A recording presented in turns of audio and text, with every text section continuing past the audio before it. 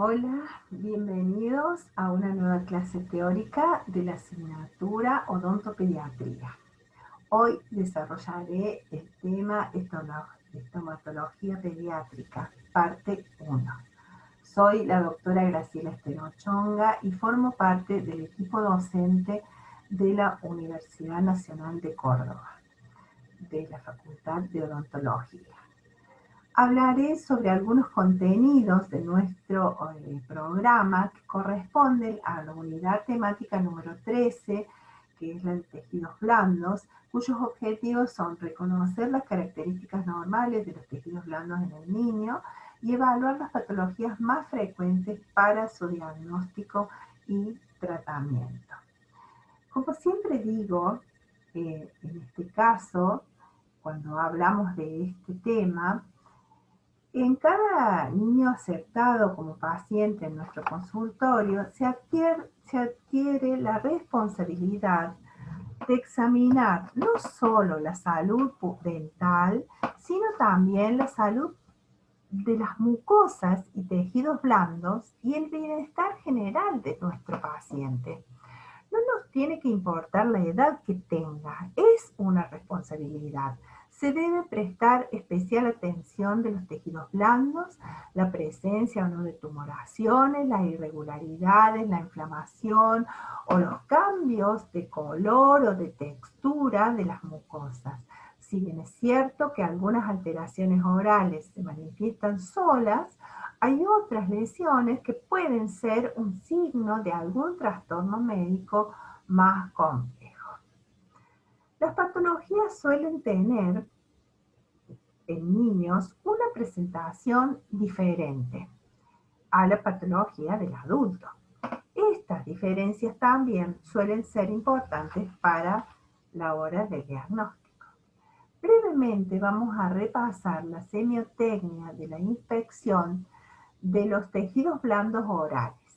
Es así que vamos a observar cuando tenemos a nuestro paciente en el sillón, la fascia de nuestro sillón, la expresión de sus ojos, la piel de su rostro, si hay alguna simetría, la piel circundante a la cavidad bucal. Vamos a observar su boca cerrada, si sus labios son competentes, cómo está esa semimucosa labial, cómo están esas comisuras, si están sanas. Si algo nos llama la atención, vamos a tomar el labio superior, lo revertimos de modo que se pueda observar el fondo de surco, el frenillo labial. Vamos a ver si en el fondo de surco hay algún cambio, algo que nos esté marcando la anormalidad. Y también vamos a poder observar la encía mucogingival, la encía de herida, donde no observamos el puntillado característico del adulto, llamado de cáscara de naranja, similar a la cáscara de naranja. Tampoco, eso no lo vamos a observar en niños.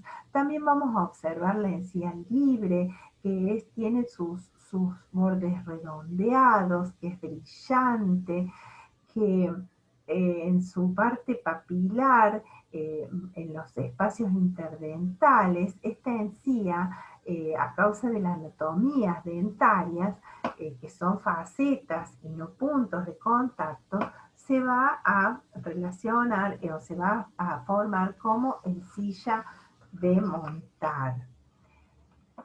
Luego podemos tomar el labio inferior, lo vertimos, lo secamos y con una gasita bien seca vamos a poder observar la secreción de las glándulas menores, lo que suele describirse como las gotas de rocío.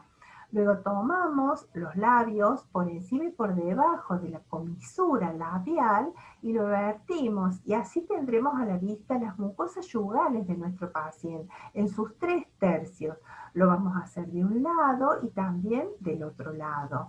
Miramos luego el paladar, vemos su forma anatómica, si es exageradamente profundo o no, cómo es el arco dentario, cómo es las arrugas palatinas, cómo están distribuidas, cómo es su elevación, cómo es el color general de la mucosa palatina, si es un rosa pálido, que es lo normal.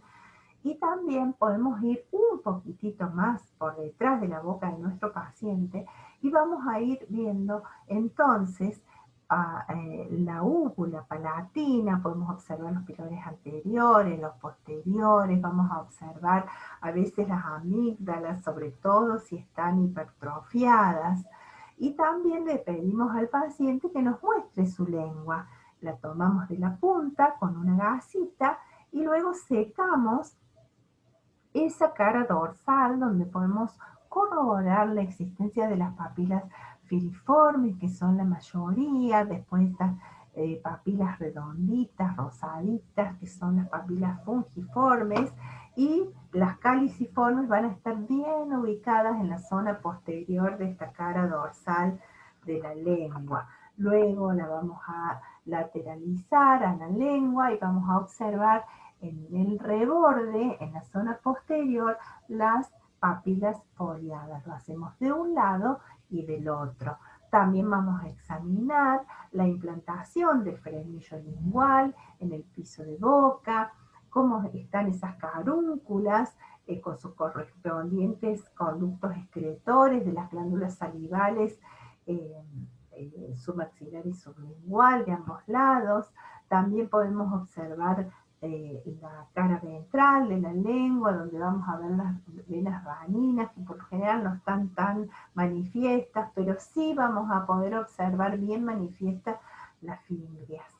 Para volver un poquito a las encías, los invito a detenernos a observar estas encías de nuestros pacientes, que fíjense qué distinta coloración que tienen, y esa coloración va a estar de acuerdo al grado de queratinización, va a estar de acuerdo a la raza de nuestro paciente, pero las características de los bordes redondeados, la falta de puntillado en la encía de herida, eso sigue estando. Y otra cosa que quiero que observen en esta imagen es cómo en esta zona donde ha habido una exfoliación del elemento dentario, hay un aumento de tamaño, está con una leve inflamación, porque hay una exfoliación y una erupción del elemento dentario.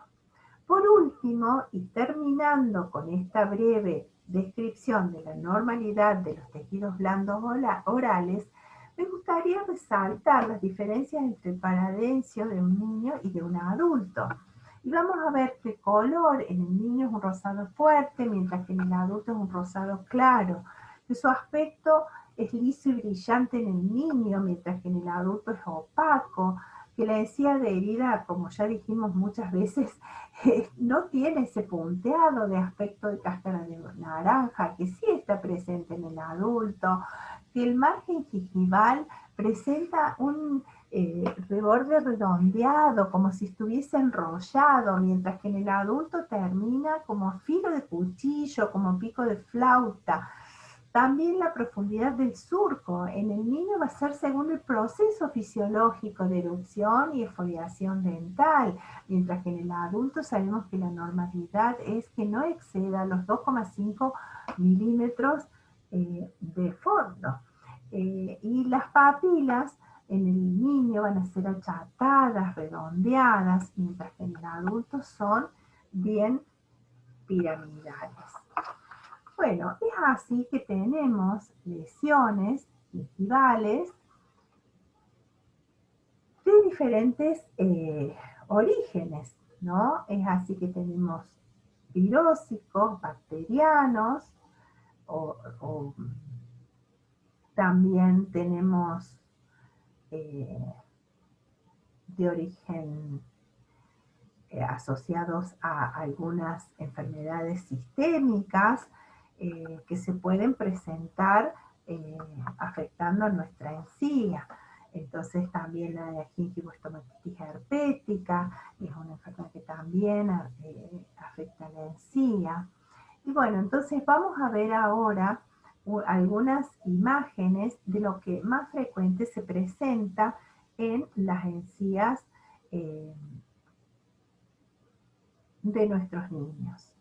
En este caso podemos observar que el paciente presenta una unos elementos dentarios que están en vías de erupción. Fíjense que están erupcionando los incisivos superiores e inferiores, que está el primer molar también erupcionado, y entonces la gingiva se puede presentar más rojiza, abultada, y esta es la llamada gingivitis de la erupción, que se observa a menudo en niños pequeños y que es un tipo temporario de gingivitis, que está asociado a veces a erupciones dificultosas de el elemento dentario.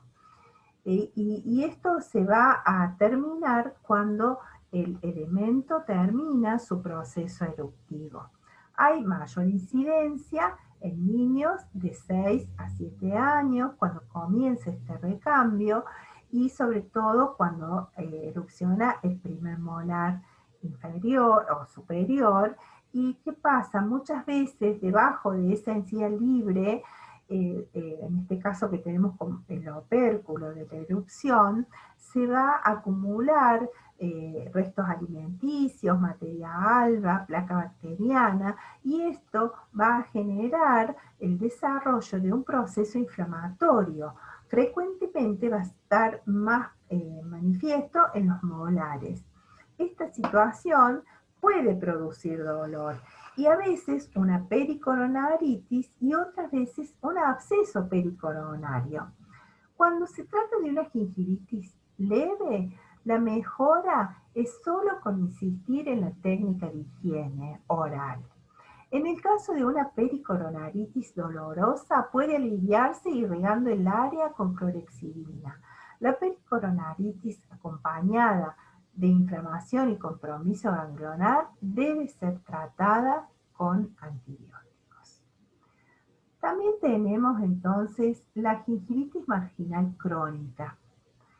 Esta es más frecuente en la preadolescencia y adolescencia. Puede ubicarse en la región anterior en forma localizada o en la región posterior, también anterior y posterior en forma generalizada. Rara vez es dolorosa. Su etiología es multifactorial. Como dijimos recién, puede ser un respirador bucal, que presenta un insuficiente respirador nasal, representa una agresión para las encías, que constantemente está ingresando el aire frío por la cavidad bucal.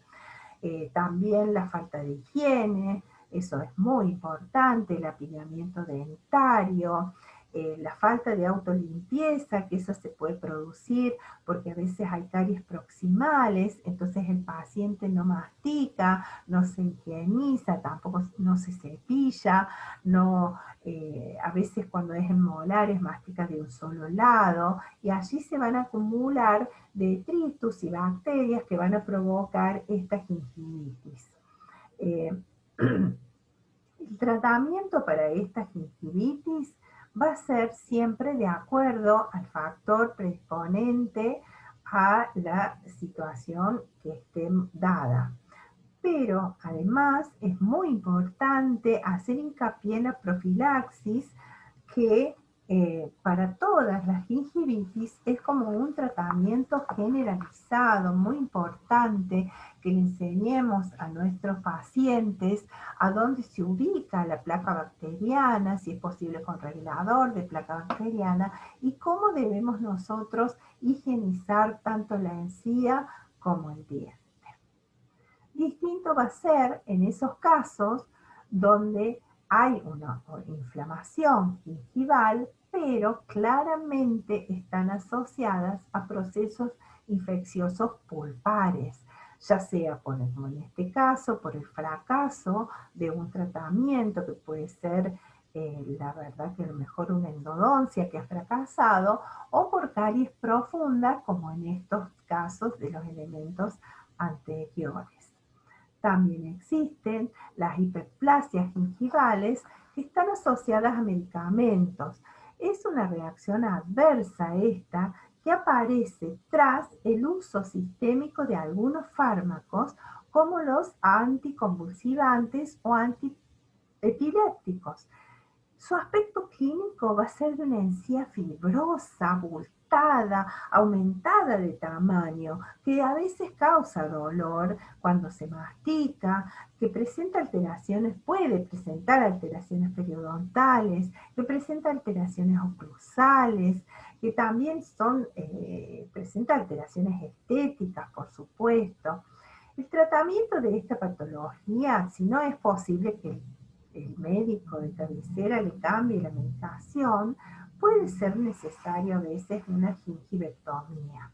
Sin embargo, y por mi experiencia, la higiene oral y los controles odontológicos periódicos pueden reducir su gravedad. Bien, veamos ahora la gingivoestomatitis herpética. Este es otro punto del programa y es una infección oral causada por el virus del herpes simple tipo 1, aunque también se han publicado casos de infecciones causadas por virus tipo 2, que es el que produce el herpes genital, seguramente transmitido por la práctica del sexo oral, y en el caso de niños, por supuesto que se debe a un abuso sexual. Y vamos a decir que esta enfermedad tiene su primer contacto, la persona con el virus, es en la primera infancia y que suele manifestarse con un cuadro clínico llamado gingivoestomatitis herpética primaria aguda. Esta es caracterizada por la aparición de múltiples vesículas acompañadas de fiebre y dolor. La fiebre se puede llegar a manifestar primero antes que las vesículas, constituyendo un prodromo de irritabilidad, de aumento de salivación, malestar, decaimiento del paciente, que se presenta con sus ojitos tristes, y a nivel intrabucal vamos a observar una gingiva eritematosa, edematosa, y luego la lesión elemental, que es la vesícula intraepitelial y que se rompe rápidamente, formando úlceras que son muy dolorosas. Y estas van a sentar no solamente en la gingiva, sino también en cualquier parte de la mucosa oral e inclusive pueden llegar a perjudicar o a aparecer en la piel que rodea a los labios del paciente. Luego de este ataque inicial, vamos a tener que el virus se mantiene inactivo, alojado en los ganglios nerviosos, sin causar síntomas, hasta que en algún momento relacionado con situaciones de estrés emocional, infección, trauma o exposición solar o al clima muy frío, el virus se vuelve a reactivar y va a manifestarse como el herpes labial recurrente o secundario llamado también, siendo los primeros signos y síntomas el prurito o ardor, rubor, y luego aparecen las vesículas en forma de ramillete. Estas vesículas rápidamente se ulceran, supurando un líquido que luego se cubre de una costrita. Por lo general, es así como recibimos a nuestro paciente en el consultorio. El diagnóstico es clínico y eventualmente se puede aplicar también métodos sencillos de diagnóstico, como por ejemplo las citologías exfoliativas. Ahora, para pensar en su tratamiento, recordemos principalmente que es una infección sumamente contagiosa. También tenemos que tener en cuenta para atender a nuestro paciente, si él está con un herpes, vamos a tratarle el herpes, pero no le vamos a hacer ninguna otra atención o ninguna otra práctica. Y es una enfermedad autolimitante, autorresolutiva, es decir, que tiene su ciclo y que si bien la lesión elemental es la vesícula y se ulcera rápidamente, cuando estamos ante signos y síntomas prodrómicos, podemos nosotros medicar en forma paliativa con antipiréticos y analgésicos. También cuando estamos ya en su desarrollo, vamos en ocasiones a indicar unas cremas con aciclovir al 5%, pero sobre todo en pacientes inmunosuprimidos, dado que una vez instalada la infección, suele disminuir un poquito la duración de la misma. También podemos indicar una infusión de manzanilla para que el paciente que pueda, que es el más grandecito, que se haga buches, y si el paciente es muy pequeño, se puede indicar a la mamá que le topique suavemente la zona afectada con esta infusión. Es importante tener en cuenta que durante el desarrollo de este virus hay que evitar administrar antibióticos y corticoides. También podemos aconsejar a los papás para que ingiera alimentos fríos, mucho líquido, hay que evitar la deshidratación del paciente, evitar los alimentos ácidos como las frutas cítricas o las salsas de tomates, y ese sería el tratamiento de este virus.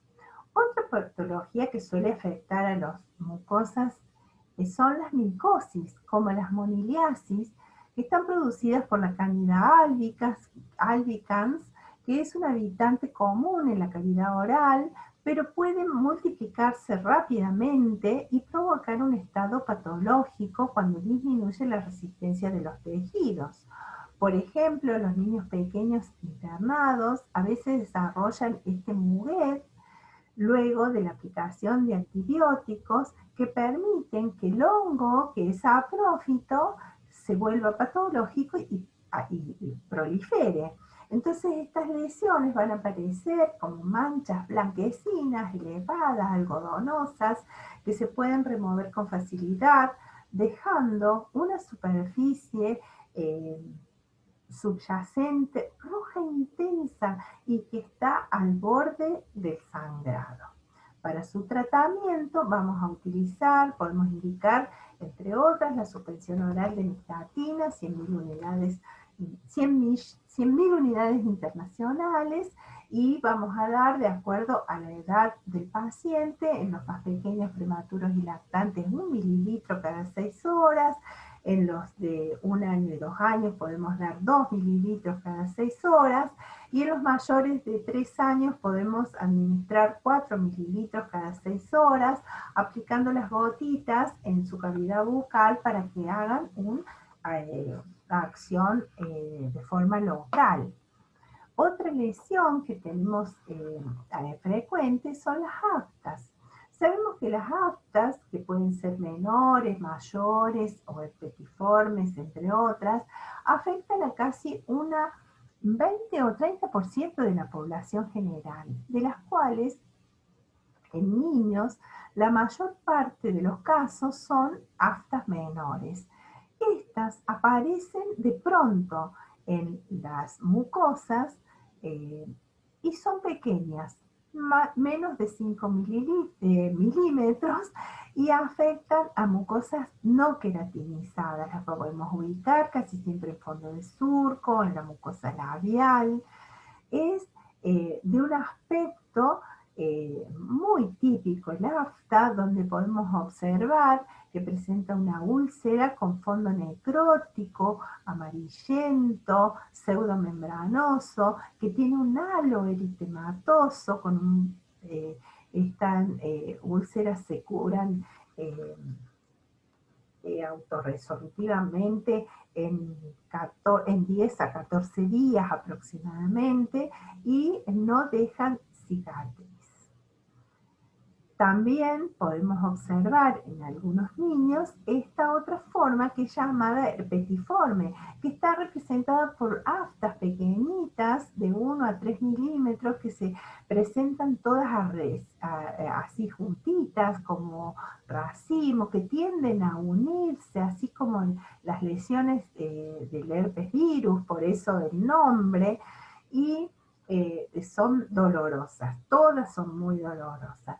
Para esta afección, el tratamiento va a ser siempre asintomático eh, eh, y para evitar la contaminación a base de enjuagues bucales, podemos indicar la clorexidina o la benzidamida, dado que la misma es autorresolutiva. Ahora, si nosotros llegáramos a observar en nuestro paciente que viene varias veces a nuestra consulta y se manifiestan a repetición las aftas, es importante actuar, investigar un poquito más en el factor causal de las mismas y actuar, en caso de identificarlo, actuar sobre ese factor y por supuesto siempre pensando en que el paciente eh, niño es importante tratarlo con la consulta con su odontopediátrica, con su odontopediatra, y que es importante que nosotros estemos en comunicación con él, porque estas aftas pueden llegar a ser manifestación de alguna enfermedad sistémica que curse con aftas, como por ejemplo en el caso de celíacos. ¿Sí? Bueno, hasta aquí llegamos con esta primera parte de nuestro teórico sobre tejidos blandos. Quiero agradecerles su atención y les invito a que nos tomemos un descanso. Muy bien.